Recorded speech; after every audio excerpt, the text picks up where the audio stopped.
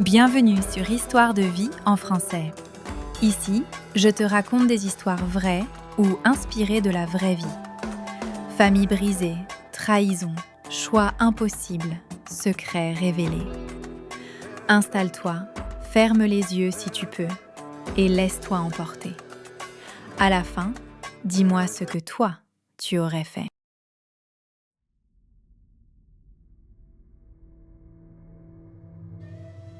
Il existe dans certains villages d'Afrique centrale des histoires que l'on raconte non pas pour divertir, mais pour avertir. Des récits où l'orgueil d'un seul devient la leçon de tous. Voici l'histoire d'Emery. 32 ans, fier, fort, et persuadé que rien ni personne ne pouvait lui barrer la route.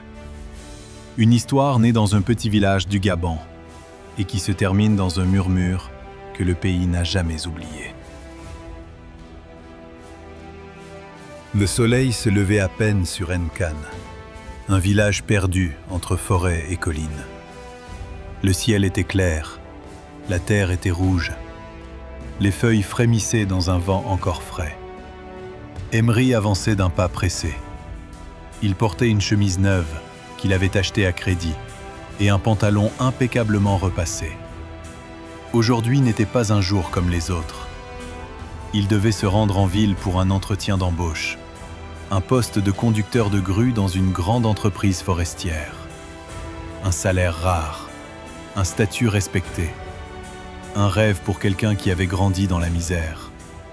Ce travail, c'est pour moi, répétait-il depuis des semaines. Il arrive enfin à la gare routière du village. Un simple espace de terre battue, un banc en bois et un seul bus. Le fameux Toyota Yaris blanc de 19 places qui assurait l'unique navette du matin. Mais quand Emery arriva, le bus était déjà plein. Un frisson d'inquiétude lui traversa la nuque. « Je ne peux pas rater ce bus, pas aujourd'hui. » Et c'est alors qu'il vit une place apparemment libre, près de la fenêtre. Seulement un petit sac en toile, usé, reposait dessus. Une place réservée. Emery fronça les sourcils. Une place est une place. Il monta sans réfléchir, attrapa le sac et le jeta dehors comme un déchet. Le silence tomba. « Hé, c'est le sac d'une grand-mère !» cria un passager. « Elle est là depuis 5 heures !» ajouta une femme. « Sa fille est malade à l'hôpital, à la capitale !» renchérit un autre. Emery leva la main. « Ça ne me regarde pas. Moi aussi je dois aller en ville. Cette place, je la prends. » Les passagers protestèrent. Le chauffeur sortit la tête par la fenêtre. « Emery, descends! On ne manque pas de respect à une ancienne. » Mais Emery ne bougea pas d'un centimètre. « Tonton, ne me fais pas rater mon entretien. Je resterai ici, même si tu cries. » Le chauffeur soupira. Emery était grand, robuste, combatif. Et personne n'avait envie de se battre avec lui. C'est alors que la grand-mère arriva. Plus de 80 ans. Elle tenait un petit coq attaché par les pattes, un régime de bananes et son sac en toile qu'elle ramassa au sol. Elle approcha doucement, toute courbée par l'âge. « Mon fils, c'est ma place. Je dois aller à Libreville. Ma fille m'attend. Elle ne va pas bien. » Emery resta impassible. « Je suis désolé, la vieille, mais je suis déjà assis. » Elle posa une main sur son bras. Il la repoussa. « N'insiste pas, je suis pressé. Vieille peau. » La foule poussa un cri de désapprobation. Mais personne n'osa se lever contre lui. Alors, comme un clin d'œil du destin, un 4x4 blanc s'arrêta près du bus. Des touristes en descendirent. « Nous pouvons la prendre en ville !» dit l'un d'eux. Les passagers applaudirent presque de soulagement. La grand-mère les remercia doucement. Elle monta dans la voiture, serrant son coq contre son ventre. Emery ricana. « Voilà, problème réglé. On peut partir ?» Le chauffeur démarra. Le destin aussi. Le bus roulait depuis quelques minutes. Mais l'ambiance était étrange. Personne ne parlait. Un homme aux cheveux gris murmurait à sa voisine. Dans ce village, on respecte les anciens. Ce garçon, il a cassé l'équilibre. La femme hocha la tête. Ce genre d'acte n'est jamais gratuit. Emery entendit. Il sourit. Vos superstitions, vraiment. Pourtant, quelque chose lui serra la poitrine. Il revoyait le regard de maman Rosine. Un regard doux, presque triste. Pas en colère, juste résigné. Cette image refusait de quitter son esprit. Au 12e kilomètre, un bruit sec retentit sous le bus. Un claquement métallique. Le chauffeur sursauta.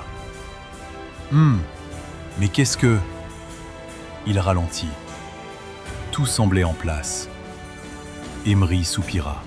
« Ne t'arrête pas, on perd du temps. » Il avait parlé trop vite. À la sortie d'un virage, une chèvre surgit. Le chauffeur donna un coup de volant. Le bus se mit à glisser. Les pneus hurlèrent. Les corps furent projetés en avant. Le bus heurta une pierre, se renversa sur le flanc gauche. Crash! Puis tout devint noir. Un silence étrange plana. Un silence presque béni. Un à un, les passagers se réveillèrent. « Je suis vivant. Oh mon Dieu, mes bras, ça va? Les enfants, ils vont bien ?» Tous bougèrent. Tous respirèrent. Tous retrouvèrent leur voix. Le chauffeur aussi. Blessé, mais conscient. Un miracle. Un véritable miracle. Jusqu'à ce que quelqu'un demande « Et Emery, il est où ?» Emery était coincé entre deux sièges tordus. Son pied ne répondait pas, ni l'autre jambe. Il essaya de bouger. Une douleur atroce le transperça. « Ah! Mes jambes! Aidez-moi, je vous en supplie !» Les passagers accoururent. Ils se figèrent. Ses jambes étaient écrasées par un morceau de châssis, déformé, noirci, sans espoir. Le chauffeur ferma les yeux. « Seigneur !» Le vieil homme murmura. « La route a choisi. » Personne ne prononça le mot « punition », mais tout le monde le pensa. Les secouristes arrivèrent. Ils découpèrent le métal. Emery hurla jusqu'à en perdre la voix. On l'emmena. Ses jambes étaient condamnées. Plus tard, à l'hôpital, le verdict tomba. Double amputation. Emery devint silencieux, éteint, vide. Les passagers vinrent le voir. Certains prièrent pour lui, d'autres pleurèrent. Mais personne ne le jugea. Puis, un matin, elle entra, la vieille dame, la grand-mère de la gare. Elle s'avança lentement, posa son sac au pied du lit, le même sac qu'il avait jeté, le même qui contenait les médicaments pour sa fille. Elle le regarda longuement, sans colère. « Mon fils, je suis venu te pardonner. » Emery baissa la tête, honteux, brisé. « Pourquoi vous revenez me voir? Je vous ai humilié, je vous ai crié dessus, j'ai jeté votre sac. » La vieille femme hocha doucement la tête. « Oui. Alors, pourquoi ce pardon ?» Elle posa une main sur son cœur. « Parce que la vie t'a déjà appris ce que tu refusais d'entendre. Et parfois, c'est suffisant. » Elle repartit sans se retourner. Emery éclata en sanglots. De retour à Nkane, les enfants le regardaient avec crainte. Les adultes détournaient les yeux. On racontait l'histoire de celui qui avait méprisé une ancienne et que la route avait frappé lui seul. Une leçon, une mise en garde, un écho dans les consciences.